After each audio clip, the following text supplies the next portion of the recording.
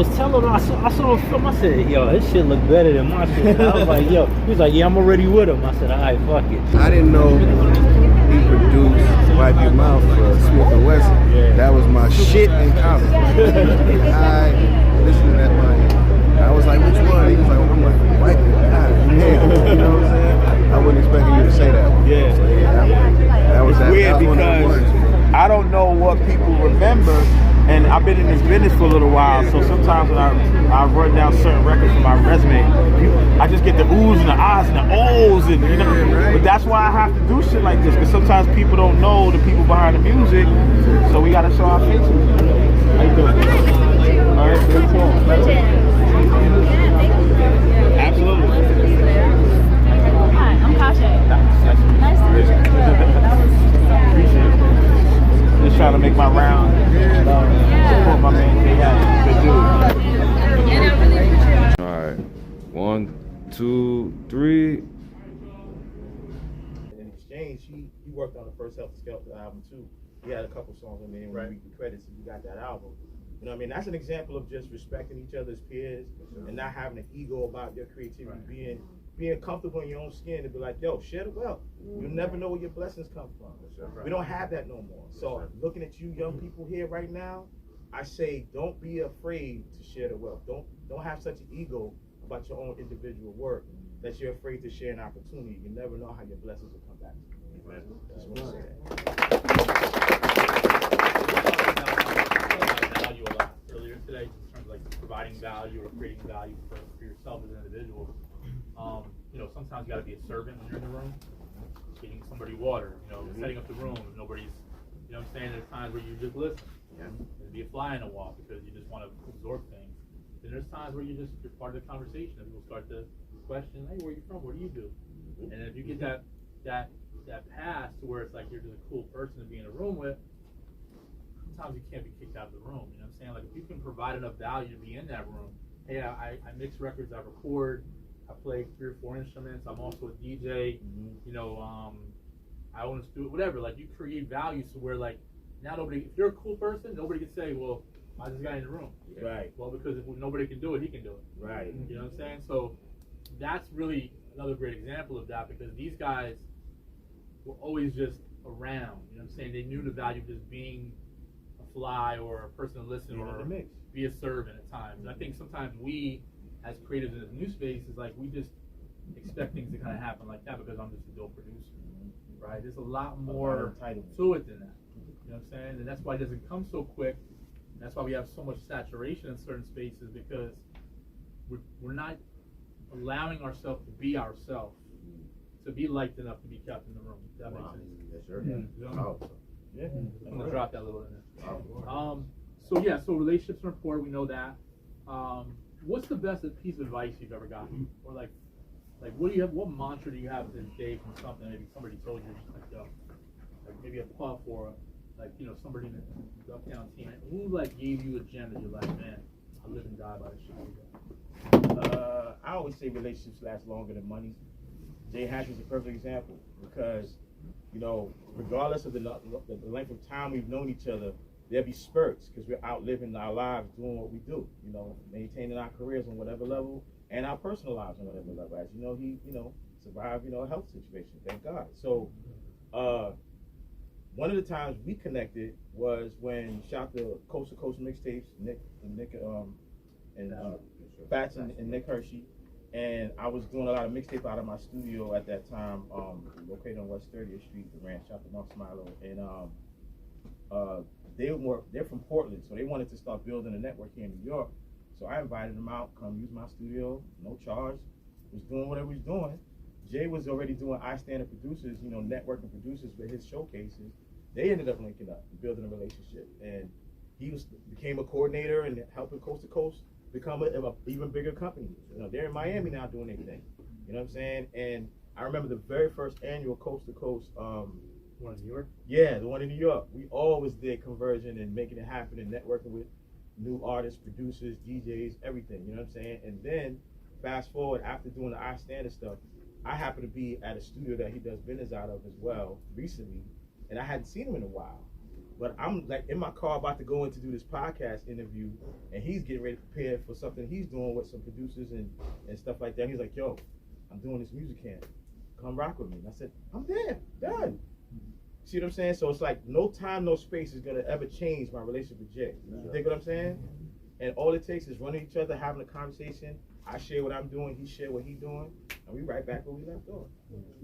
And not to mention that we've actually done business in the past, placing some records together, and he collaborated with some of my producers. You know, I've helped him get some sessions. Like, it's just, I don't know if you ever saw that interview with Fat Joe, where he's talking about, like, you know, if I have all this, right, and I got my people around me that I fuck with, why wouldn't I want to help them win, right? Like, why wouldn't I want to make sure the person who's right in my face every day, who is as talented as me, maybe in a different facet, why would I not want to provide them with opportunities that I have that maybe I can't fulfill, right? I'm just gonna let them just disappear. Right. You know what I'm saying? I think that's where we've all lived mentally, you know what I'm saying, in terms of always helping each other out. You know, Amadeus would be like, hey, I'm doing an event, can you come out and speak? And I used to go out to speak at his college events, and you know, he's like, hey, I'm doing an event, you know, any brands that would like to give out some stuff, and like, we just always try to look out for each other, and that's where the ego gets removed.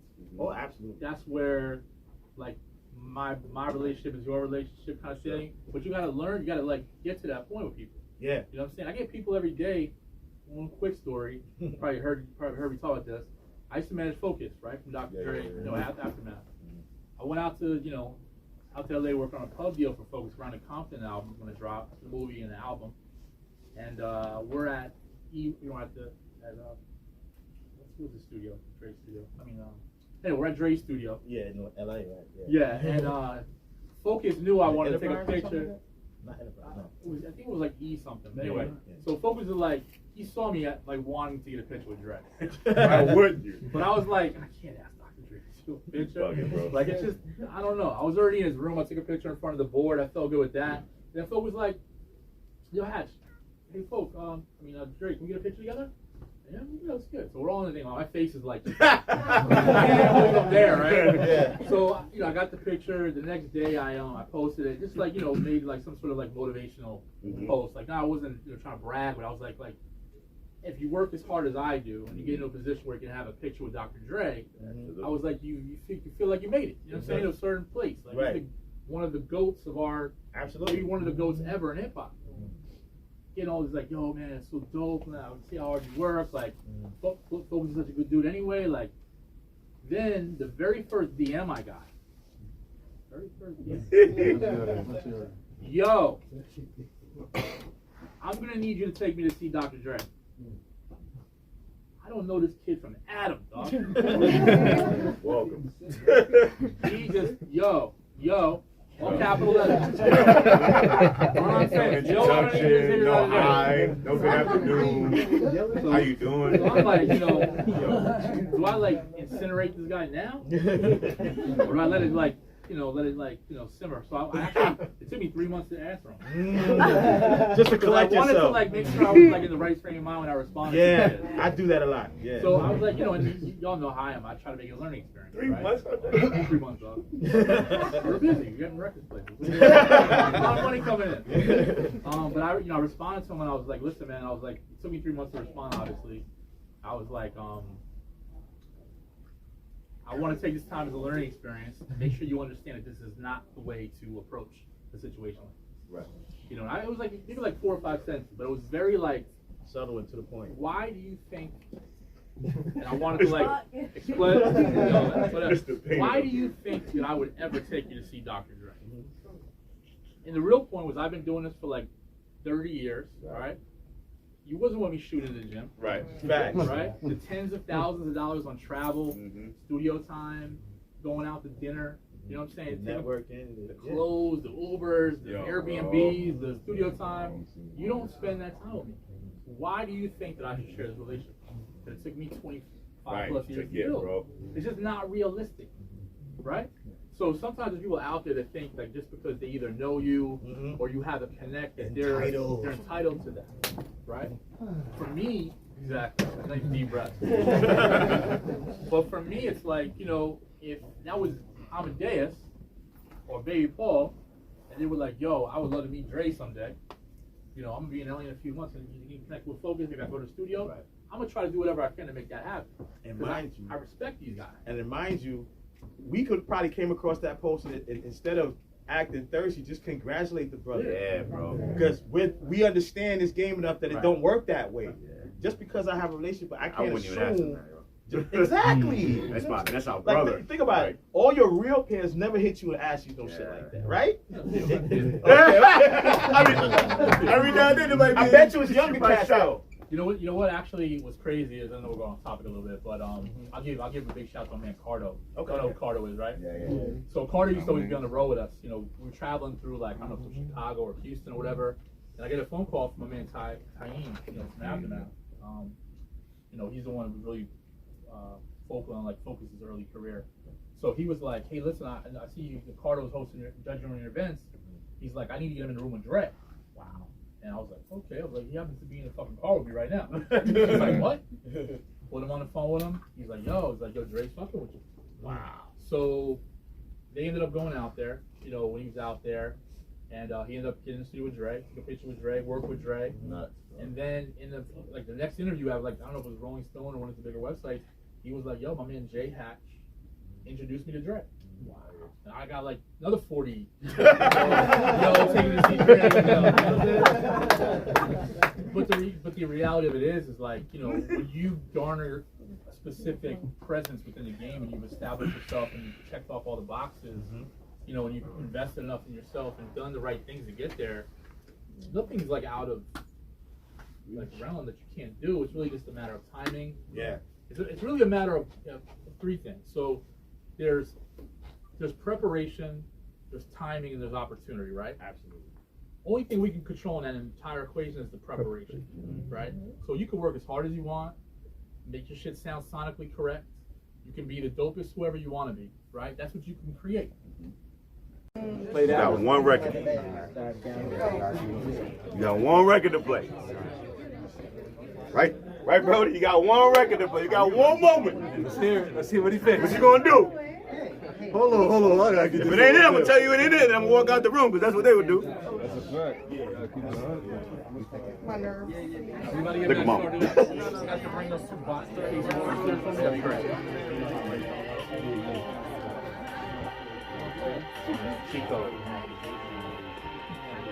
Now, I like that, but that ain't for Chris and Drake. You gotta be specific. You know what they on. One more chance. Now see? One more. He already cheated for you though. Cheated for you just now. He said one more. I said Chris and they just recorded No Guidance just now. Man, we do another one right now. We should do another one right now. What you gonna play? Think about it. Don't rush. What you gonna do? That could be for like Cole. That could be for Benny. That's a storyteller joint. You know what I'm saying? That could be for Jim. That could be for, I need a joint for Brown and Drake right now. On a record, beginning of my career, it was me, him, Mike Jones. Drum set was in the corner, and I was like, yo, I play drums. Trey and Mike bust out laughing. And I'm like, so funny. I need you to crush No Guidance. You ready? Yeah, 1 o'clock will be part of the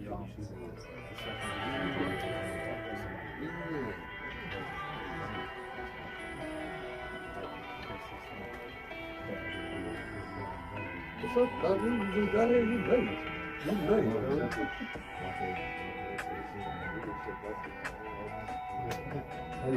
You got 143 yet? You do? You're supposed to call me when you get 143. When?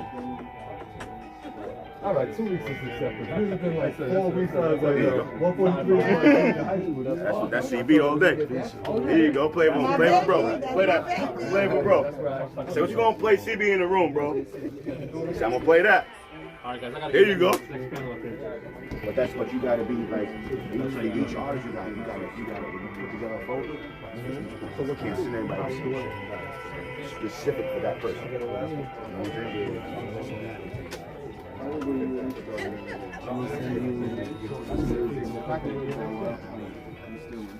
okay. Nah, that's actually a sample. Yeah, sample bit.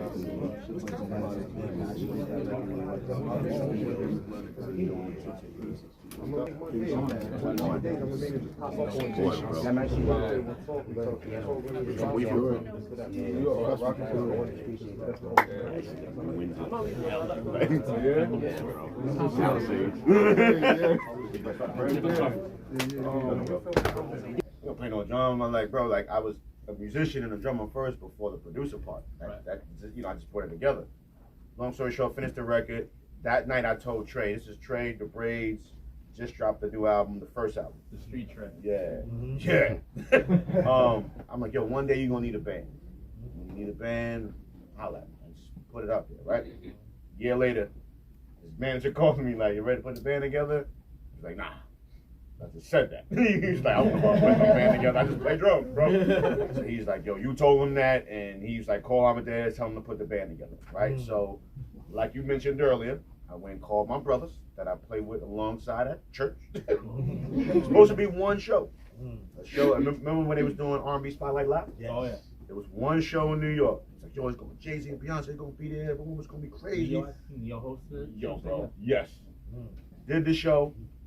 Smashed it, right? That's why I call my brothers, because I'm like, I've been playing alongside my brothers all my life.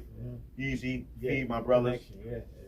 Bro, that one show turned into, y'all gonna go and talk? And as a church boy, like on front, and as a church musician, that's all we dream of, bro.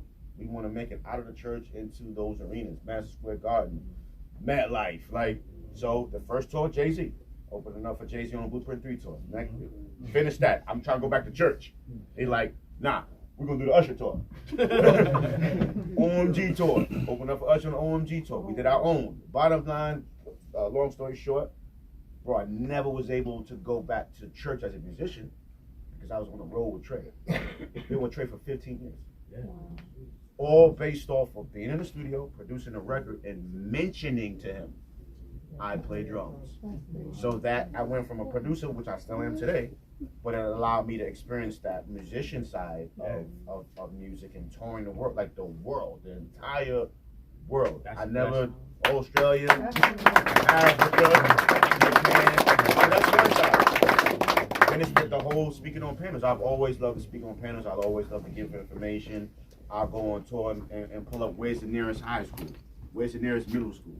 Call them and see if they'll let me come through. I never knew nothing about no money, no funds. I just love to help people, right? So I did that. Then it turned into an OG like, you know you get bread, right? And I'm like, Now you know they have money specifically. DOE has money specifically for that. Millions of dollars. They're not going to tell you that. They'll just keep, come speak to my class. Come show them how to play drums. Never saying we're going to put this bag in your pocket. They'll use you to help their students, which is the whole mission. But at the end of the day, bro, like, tell me the truth. Right. So I learned the game. So I do the speaking. What's going on? It's your boy Baby Paul, aka BpZy. Take your pick in the same day. We at Sound Collective in New York City. Shout out to Jay Hatch with the Beat Camp series that he's been doing. Shout out to Creative Spaces. The brother invited me to speak. Shout out to Amadeus, platinum producer, who's also in the building. So we here, man. This is a place where creators come and converge, DJs, producers, all that. You know what I mean? Jiggy G, Serato, you know what I mean? See the logo of Sound Collective. You know what I mean? We got the drum machines, we got the software so you can make beats. You know what I mean? Shout out to Amadeus, he's a drummer by the way. Maybe we can physically on the drum instrument. Sound Collective, this is the place where aspiring producers and DJs can come, and it's like a school. You can learn how to use the gear. You can probably learn how to DJ, practice, you know what I'm saying? Also learn how to produce, make beats, you know what I'm saying? It's dope because these music camps is needed for these new generation of musicians who using technology to take music to the next level, you know what I'm saying? It's like so many options right now and so much different ways to use technology with the same goal, which is to make great music. So shout out to Sound Collective for putting this all together. Once again, this is for the creatives.